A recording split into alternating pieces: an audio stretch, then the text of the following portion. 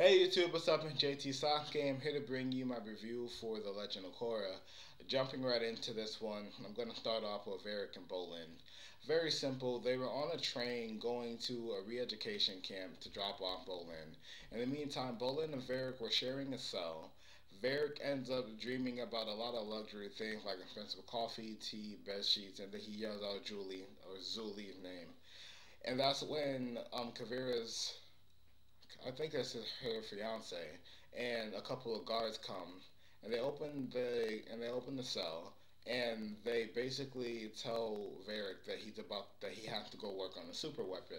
After Varric basically refuses not to, one of the guards yoke him up and threaten him. He ends up going and he ends up saying that he's gonna go work on the super weapon with them, but he needs an assistant. That's when Kavira's fiance suggests that one of the guards will work with him. And Varric is a very smart and cunning man because he ended up telling them exactly what happened in the incident, which is that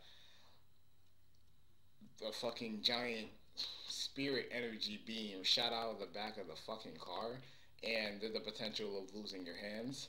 And the guard was like, maybe the other prisoner should, help him. And she was like, fine, he'll help you. We had a little funny moment with Bolin. Bolin didn't want to do it because he wanted to keep his hands. We come back and basically they're being guarded right now. After working on it, and Varric is having such a hard time working with Bolin because he's used to Zuli doing the thing whenever he says do it, whenever he says do the thing.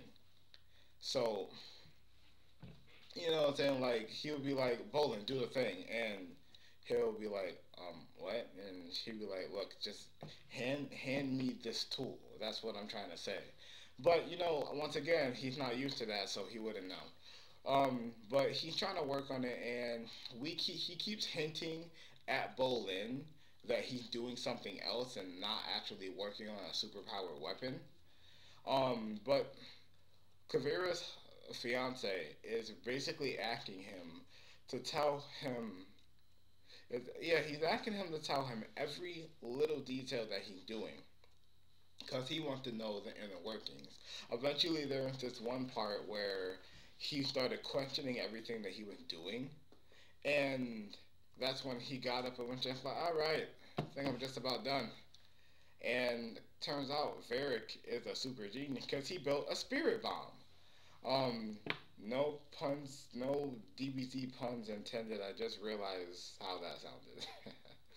But he literally did basically build a spirit bomb, and he said it was a timer set for 5 minutes. And then the guy was like, "Yeah, you're lying." He was like, "Really? You want to test that?" And he was just like, like he got scared. He told him that you should get out of here. Me and Bolin are going down with the train. You, on the other hand, if you want to, kind of like test it, then you could stay. He decided to leave after also hearing that it's the first time that Varric ever built a bomb, so you know the timer could be off a little bit. Come to find out that he also built a remote because they said they were gonna drag him off the train. He was just like, but I got a remote. And so basically, he was covering his behind. You know what I'm saying? Because they could have just dragged him off the train. He thought about that, which is why he built an automatic remote. All you got to do is press the button, boom, train blows up. So when we come back to them, everybody, all the guards are off the train, and they detach the car. And Bolin and Varric are on the car with the bomb, and Varric is literally set on trying to like go down with the train, and Bolin is like, no. He finds a way out of there right before the thing starts. Right before the thing explodes, and the two of them end up jumping out of the bottom of the train into the underground, and then the bomb blows, and it was a huge explosion. It sounded as if like, for those of you that watched the Avengers, the very first Avengers movie, the sound of the nuke exploding when it killed all the Chitauri, that's what it sounded like. It was a very powerful purple explosion, very colorful. The guy was like, "This guy is crazy, whatever. Let's go back to um, Zafu."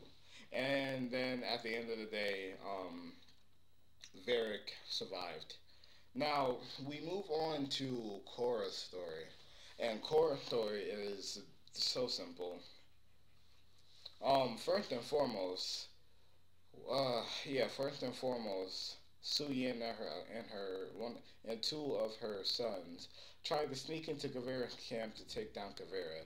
They ended up capturing her only to figure out that it was actually Zuli in her place. And Kavera basically captured them, knowing that they were going to do something like that. Afterwards, she talked on a loudspeaker to everybody and told them what they tried to do, and that she kidnapped their leader, and they won't take the city by force if their remaining representatives come out to meet her demands at dawn. So Korra decides to do this. Opal wants Korra to fight, and Korra's like, look, no, I'm going to talk about this. And Opal just kind of gets mad at Korra, but eventually dawn comes. Korra, Janora, and um, yeah, Korra, Janora, and Opal, they come out, and although Opal tries to yell at her, and Kavera's just like, nah, Korra's just like, shut up, let me handle this. She goes forward, she talks to her and tells them to let him go. And basically, Kavera kind of forced her hand, so she was like, you know what, fuck it, I guess I'm gonna have to fight you. So they got in fighting stances, and Kavera was like, you know what, I can take you because I know you're rusty. They started fighting, and Kavera basically whooped her ass.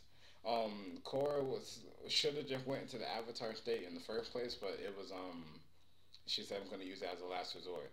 But they fought, and Kavera, for the most part, was whooping her ass. She was faster. She was more sleek. If you get what I mean, like her movements were more well put together.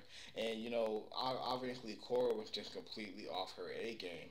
But she did eventually go into the Avatar state, and she was about to destroy Kavera, possibly even kill her. But then she seen herself in the Avatar state, so she's still mentally traumatized. She finally got over the physical aspect, but the mental is still out of whack. So, with that being said, uh, she ended up falling, and Kavera ended up capturing her. And then, right before Kavera could, like, I guess you could say, kill her, the Opal and Janora stepped in and stopped Kavera, which then made Kavera yell out attack. And her army came in and they were trying to do stuff, but then Opal and Janora are awesome airbenders and they stopped them by just creating a giant cyclone. Janora was then able to, not telepath, but like astral project herself and get help from her siblings. They came down, took Korra, and left, and the other people, and Kavera's people took over Zalfu. At the end, we have um, we have Kavera and her army making everybody bow down to her, and the only people that did not bow was her husband's, her fiance's brother, one of his younger brothers, and his father, who was also Su Yin's, who's Su Yin's husband and son. So all related. He was so pissed off, but his dad looked him in the eyes and said, "I'm so disappointed in you," and they got arrested. And then he yelled out, "All hail the great uniter." They were also talking about Bolin and Varric and how he would be able to replicate what they were doing. But as far as I have to say, that is it. That's what happened in the episode. It was a great episode. It was basically an action episode, but also with a baseline of setup, because it's going to be setting up basically Korra having to completely find balance within herself now. I think it's interesting that she was able to fight Kavera and just get her butt kicked like that. I would say my main problem with this episode was Opal, because she's letting her personal feelings get in the way. And I know a lot of you are probably going to say, well, that is her family. Yes, that is her family, but she became an airbender and she did take an oath. How do you think, Janora would feel if Tenzin were to, like, start getting his butt whooped by somebody? She would want to, but she's not going to, or like if Tenzin or Milo or someone got taken and captured, she would want to fight too, but she made the oath. She's going to try and find a peaceful solution. Um, I think the action is great, but the action's always great in Legend of Korra. I don't really have any problem with that. But the action was great. The story was great. It's a good action episode. It was a great setup episode. I can't wait to see what happens next. I'm gonna end the video here because it's getting a bit long. So thank you guys for watching. Comment, rate, subscribe, and I'll see you guys next time. Bye.